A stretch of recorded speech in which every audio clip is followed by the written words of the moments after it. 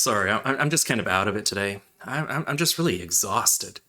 I haven't been getting much sleep. I've been having dreams about this guy in a hat, and he's got fingers with knives on them, and I feel like if he kills me in the dream, I'll die for real. 1, 2, Vin is coming for you.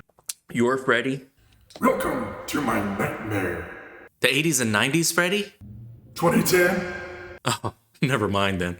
This is A Nightmare on Elm Street, the 2010 remake.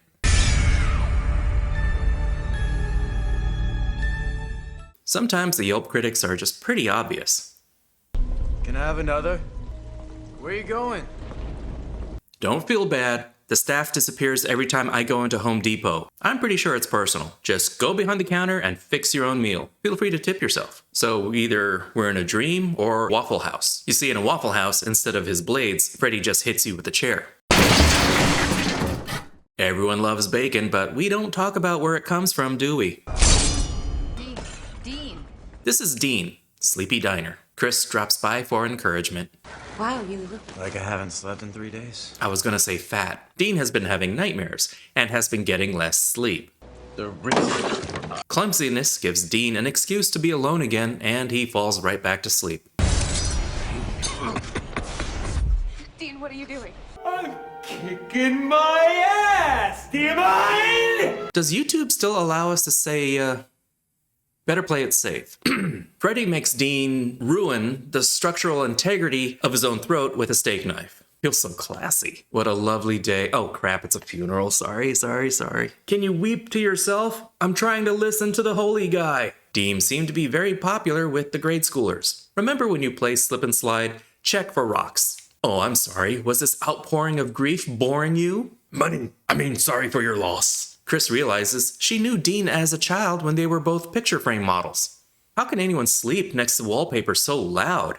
We're really doing this. We're directly referencing the original. I'm not even going to mention, well, I guess I kind of am, how not scary this shot is now, or how superior the original shot was. This was acceptable like 20 years ago. Chris starts to notice even more redactions from her past, as if someone wanted her not to remember something. Where are all the photos of me from when I was younger? We never lynched anyone, sweetie. What? Chris snoops around in the attic and finds more evidence of redaction, and probably some classified documents. Damn it, Mom! Her parents are idiots for keeping this stuff. I guess even the parents in the originals kept souvenirs, but it still doesn't make any sense. Remember me? Keep it down in here. I'm auditioning stepfathers. Simp. Unrequited. Oh my god, you are boring. The funny part is, this is sex ed. Would you like to solve this problem on the board? What? I give you the nice desk and everything. We get our first really good look at Freddy, and all I can say is, Why use hair as bookmarks? Because the pubes keep falling out. That night, Chris's mom is away, so she barricades herself at home. But that doesn't keep her shady boyfriend from just popping in. Seriously, why does this guy play the character like he's about to stab Sidney Prescott? So what, we're having the same dream about a scary knife-handed killer. It's no big deal. You'll stay with me. Oh yes, there will be heavy petting. Rufus! Rufus sold you out, girl. I was just patting him. Now on to the true nightmare. At school, in your underwear. We've all had it. They don't do a mirror jump scare here. Credit where it's due. They save it for the bed. Found you. And now we rejoin. Spider-Man Turn Off the Dark, already in progress. Does this look familiar? It should. I was never here. Jeez, does this guy ever use a damn door? You know, a phone call would have been fine. Nancy. You better have a boy in there like a normal teenager. I didn't do anything! Down! Hi, it's Nancy. Hey. I needed to talk. Hold on, I need to wipe this lotion off. What? On the bright side, he gets the top bunk. If Jesse plays his cards right, his roomie will help him stay awake as long as he wants. Folks posted your bail. Oh, that's just mean. Oh, God. No. Just me. He's gonna pop out, isn't he? Told you. His poor roomie is probably gonna get in trouble over this. That after the heart stops beating, the brain keeps functioning for well over 7 minutes. We got 6 more minutes to play. Okay, that was probably the best concept put forth in this movie. The idea is terrifying, right? Death isn't the end just yet. You still have to sit through the credits. I also can't help but think that this was inspired by Inception and the South Park hoarding episode. There's a real hoot for ya, Woodsy! Here, I found this in the exposition section. I keep dreaming about children, too. Where have you been? I was at the bookstore. Nerd. Do we ever know a guy named Freddie? I don't think so. Liar! Liar! Liar! Surprise, motherfucker. This is why only Dad gets to mess with the thermostat. A little Nancy. Next time, dream of someplace warmer, will ya? This Freddy is creepier in an uncomfortable way. It's kind of hard to watch. You're my little Nancy. And now he's about to tell us how he lost the weight, eating nothing but Subway sandwiches. Nancy, you got to him. Jesse's dead. He died in his sleep. Saying someone died in their sleep implies peaceful. This isn't peaceful. The preschool in their dreams is apparently real, and they conveniently discover proof of a connection between Freddy's victims. They all went to the same preschool, the memory of which they all somehow repressed. You were never molested. Mama is caught in her web of lies, so she info dumps all over their chests. Freddy worked at the preschool, the kids loved him, and he, unfortunately... Again, how do I say this without offending YouTube? Freddy did some Chris Hansen stuff. Softballing this stuff to please YouTube really makes the subject matter feel less serious, don't you think? The kids tell on Freddy, which gets him fired, and he left town. End of story. Or is it? Quentin is on the swim team and somehow manages to fall asleep or micronap in cold swimming pool water. He conveniently dreams in flashback. You know the story, the parents found out about Freddy being a perv and skipped the police, they just hunt him down and set him on fire.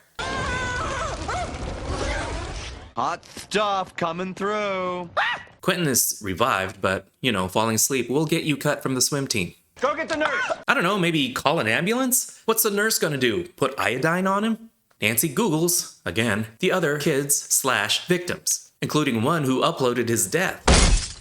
Maybe he was live streaming?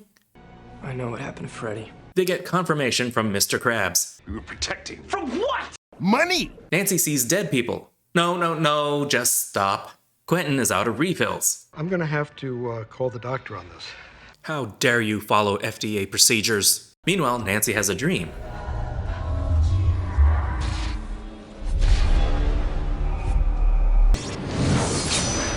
When she's cut, she wakes up bleeding, but also has a chunk of Freddy's sweater. Because, in the original, Nancy pulled out his hat, they go to the hospital, but rather than get care, this is really a ploy to steal some adrenaline. These things really should be locked. Quentin shoots up some of that sweet, sweet adrenaline. He could also have picked up Point Break on DVD. That's 100% pure adrenaline. So much for adrenaline. They walk the rest of the way to the school, apparently closed down after all those allegations. Are you okay? The micro-nightmares just aren't scary. They find Freddy's office in the basement. Nothing here until Jarvis detects a hidden room. This is Freddy's special place where he took his kids to order Subway. I really need to lay off Subway. I like their food. Maybe they'll find evidence of his innocence and put him to rest. Nope, they discover he was guilty all along. Here, they get the plan to grab Freddy while waking up, therefore pulling him into the real world so they can kill him. They're assuming a lot. He already died once, people. Nancy goes to sleep while Adrenaline Boy stands guard. You had one job, Adrenaline Boy. Tag. You're it. That's not how you play tag. Now that you got me, what game do you want to play next? Fuck you. Sounds like fun. Having the molestation angle more prominent makes lines like these super gross and uncomfortable. This is not real. It's real. Brilliant comeback. Bravo. Suddenly, Nancy segues into her house, where she hides from Freddy in the closet. Michael Myers didn't fall for it either. How's this for a wet dream? Gross. Stop it. Lines like that just aren't working for me. Look, a reverse Johnny Depp. This is turning into a fetish movie, isn't it? This dress was always one of my favorites. Looked better on you than on me. No scissor joke? Think your boyfriend could wake you up? I'm your boyfriend now. You know, it doesn't hit the same without the tongue phone. Quentin goes Pulp Fiction on Nancy. Is that why they named this character Quentin? But look who's been dragged into the real world. Here he's still somewhat kinda strong, but he also has some vulnerability to stabbing and bad dialogue. Just fucking die. Maybe I'm the asshole after all. Nancy gets in the kill shot. And we can't have a kerosene lamp without someone using it to start a fire. Nancy and Quentin are taken away by ambulance, no questions asked. No sign of a body anywhere. No shit, he survived the first time, he'll be okay. I know you were just trying to protect me. Yeah, but you did a shit job, lady. I'm just glad you're safe. That was A Nightmare on Elm Street, 2010. Nightmare on Elm Street did pretty well at the box office. People were signed up for more movies, but they decided not to go forward. And even Platinum Dunes decided to call it quits on horror for a little while. What happened? Fans hated it. Critics slammed it. This cast of kids seemed like a parade of tropes and archetypes. Nobody was particularly engaging or interesting. But even when the typical Nightmare on Elm Street movie had weak characters, you could always rely on Freddy. Not this time. This ain't the Freddy I grew up with. Englund's Freddy was sassy. He had a confident malevolence. He knew he had you. So why not have a little fun? Yeah, they wanted to make Freddy scarier and less quippy, make him more of a killer than a comedian. But here's where I disagree. By reducing Freddy to a purely horrific figure, the filmmakers managed to suck the personality right out of him. This Freddy is no fun, no spirit. They tried to lay doubt, and I was starting to think Freddy was innocent all along. No wonder he's pissed. This would have been an interesting take if they stuck with it. But no, red herring. He's a chomo after all, and I just don't think it added anything to Freddy, except to make his real life more despicable than his dream life. There is only one thing worse than a rapist. Boom. A child. And what about that makeup? They were aiming for a look closer to a burn victim. Think Harvey Dent. I get it. Freddy is technically a burn victim, but he's also a supernatural goblin. A little creative license would have been fine. This reminds me of the Freddy vs. Wolverine epic rap battle. This Freddy's face moves like a nightmare on Botox Street. Robert Englund emoted. He grinned, he sneered, and he glowered. There was a character and a performance there. What sucks is I like Jackie Earle Haley. I thought he was a fine choice and I loved Rorschach. I remember him way back with the Bad News Bears. But the script and the makeup and the direction just didn't provide any room for this Freddy to strut. And before you say Freddy only got sillier with the sequels, yeah, OG Freddy was less jokey in the first one, but he still had personality. I have to say they nailed the look and the art design. The dream sequences look fine. So much of it derives from other sources that you can't help but think, oh look, they're doing that scene from the original. The original had so many iconic moments, so many defining elements. I just rewatched this remake, and I can barely remember a thing about it as I was writing this. The story begins with Fred well into his rampage. There's no real build-up, no escalation, because the filmmakers know the audience already knows what to expect. Like so many remakes that try to acknowledge the established legacy, this movie references the other movies in the series. But that came off as lazy. The micro nightmares just aren't scary.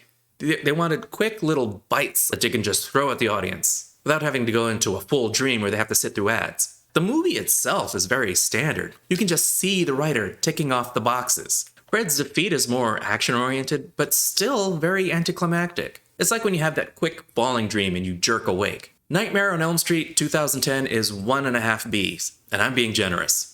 It's so unsatisfying, so unremarkable, and disappointing. The new Freddy is stripped down to a, pardon the expression, soulless sleepwalker. None of the fun or spark of the original. If they can find a way to bring back Robert Englund, I'm all in. Thank you so much for watching. Like, subscribe, comment the bell, you know the usual YouTube stuff. This is theNewBee, and I'll see you later, kids. Toodles. Welcome to my nightmare. Go to sleep. 1, 2, Vinny's coming for you. 3, 4, this remake's a bore. 5, 6, Olive Garden breadsticks. 7, 8, you're insured with Allstate. 9, 10, this is CNN.